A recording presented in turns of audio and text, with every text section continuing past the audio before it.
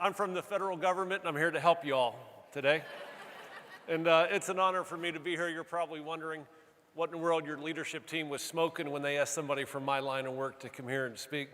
But a couple years ago, as Kevin told you, I had the great honor of getting command of a destroyer in the Navy. And at the time, we weren't quite the worst ship in the Pacific Fleet, but we were probably third or fourth from the bottom. We had one of the highest accident rates of any ship in the Navy. The quarter before I took command of the ship, our retention rate was 8%, meaning we were retaining 8% of the sailors eligible to re-enlist.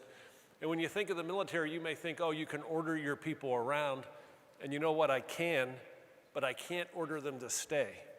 And my sailors are volunteers, just like your customers are volunteers. And I realized I'm gonna have to give them a reason why they should wanna stay, why they should want to come to work every day and be passionate and motivated about what they signed up for. And so I take command of the ship, and I'm thinking about all the things I can't influence. I don't get to choose my missions. I don't get to choose the people I work with. I can't change out anybody on the ship. I've got to play the same hand that's already there. And I have zero input into the budget that's given to carry out our mission. And I'm thinking, this is it. It's the end of the line for me. I'm never getting promoted again. I'm not smart enough to turn this ship around. I graduated in the top 80% of my class at the Naval Academy. And one day I decided, you know what, I'm gonna stop obsessing over all the things I can't influence. And instead I'm gonna spend my days obsessing over the things that I can. And I realized the one variable that I could influence was the crew, to get them to start working together better as a team. The way a ship is organized, we have 5 departments on the ship, and historically they're operated as independent silos, and we weren't supporting each other properly. A lot of times we were pointing fingers at each other. And so what I decided to do was to figure out a way to better integrate the 5 departments on the ship and get the crew to understand it's in our own best interest to work together better as a team. It doesn't pay to be near the bottom of our industry.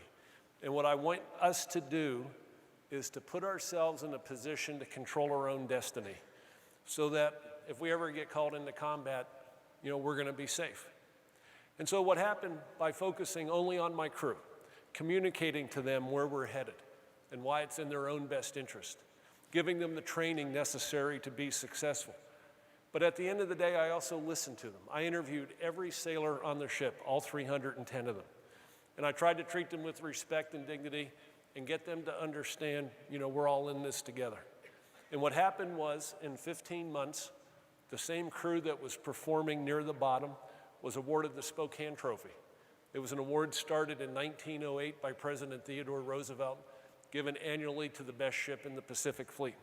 In years 3 and 4 after I left the ship, Benfold won the award for best ship in the entire US Navy.